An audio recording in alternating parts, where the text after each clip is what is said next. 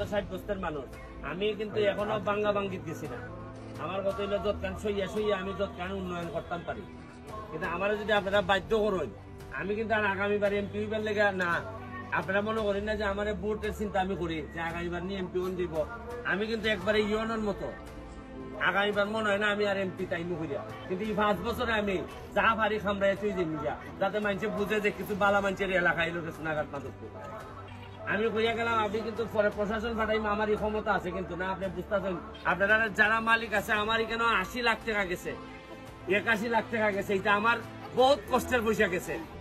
আমি কইয়া যাইতেছি আপনারা আল্লাহর রাস্তা আপনার কাছে চাই মানুষের কষ্ট দিন না, গন্ধ দিন না।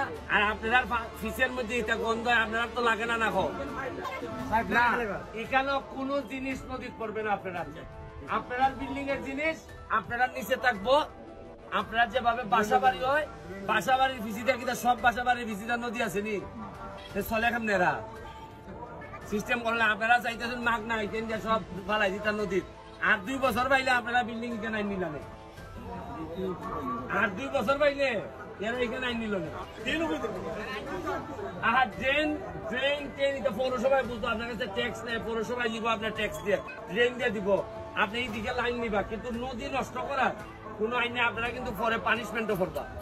কারণ এটাই লেগে যে কোনো সময় সে মোবাইল কোড করতে পারবে ওই জায়গা।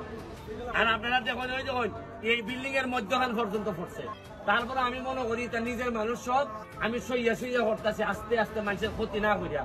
কিন্তু আপনারা যদি বাধ্য করুন আমি কিন্তু কইয়া আবারও কইয়া গেলাম আমি কিন্তু আগামীবার এমপি হইবার সম্ভাবনা খুব কম। আমি ভোটের লেগে বুঝেছি না আমার যে পরিমাণ মানুষ আমার চিনা হয়েছে আমার এলাকার, এরপরে আমার আর নেতা হইবার আমার আগ্রহী গেছি। আমি আল্লাহর রাস্তায় আপনার কাছে চাই আমাদেরকে সহযোগিতা করুন, বাধা হইয়া দাঁড়াই না। কারণ আপনারা আপনি আমার জানাজাত থাকবো, আমি আপনার জানাজাত থাকবো, তাও অন্তত নিজের পরবর্তী প্রজন্মটারে দেখাই দিয়া যায়। আমরা তো অনেকে চাইলে লন্ডন আমেরিকা যেতেন পারি, গেলে তুই শেষ গিয়ে কেন গিয়া বড় বড় গপ করে আরে দেশে এইগুলা কোনো মানুষের জাত হই না, কি গন্ধ।